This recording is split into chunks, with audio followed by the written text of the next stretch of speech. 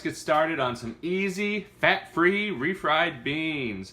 Now all we're going to need is 2 cups of a cooked pinto bean.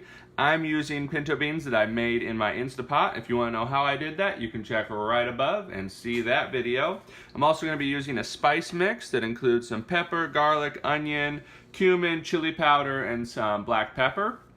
And I will say, if you're using my cooked beans from that recipe, then you don't even have to add the spice mix because they're already spiced, but I like to kick up the flavor a little bit, so I add some more spices.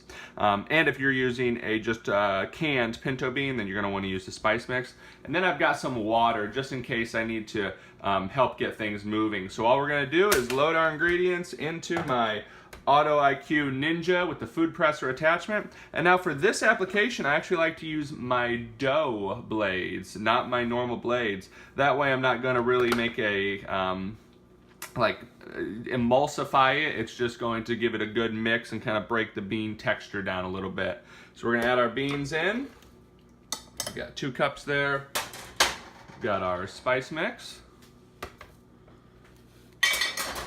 And I'm not going to add any water to start off with.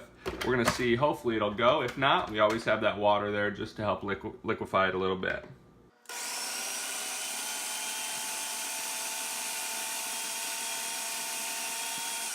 All right, that was about 25 seconds. We are going to take the blades out. Whoop. Did a fantastic job. Now, not the prettiest sight, but refried beans never are. And I'm going to put some in there. And we'll keep that there for later.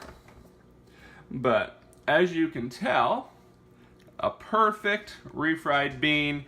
And the key is no fat, no lard, none of those nasty ingredients that you have no clue what they are. Just a wholesome refried bean, and if you made the pinto beans, you did it all yourself. I'm gonna get things cleaned up in the kitchen. I think I'm gonna put these on a little tostada, and I'll see you in a second. Hey guys, I am back from the kitchen. I got things cleaned up. I've got my tostada with some, let me pull it up here, with my refried beans and then a little bit of my spicy jalapeno guacamole on top, which you can find the recipe for right above.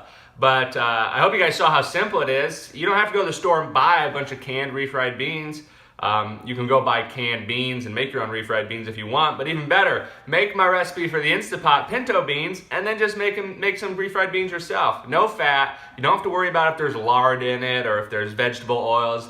And it tastes the exact same and it's delicious. And you can use it for all the same applications. I'm going to give it a try here real quick.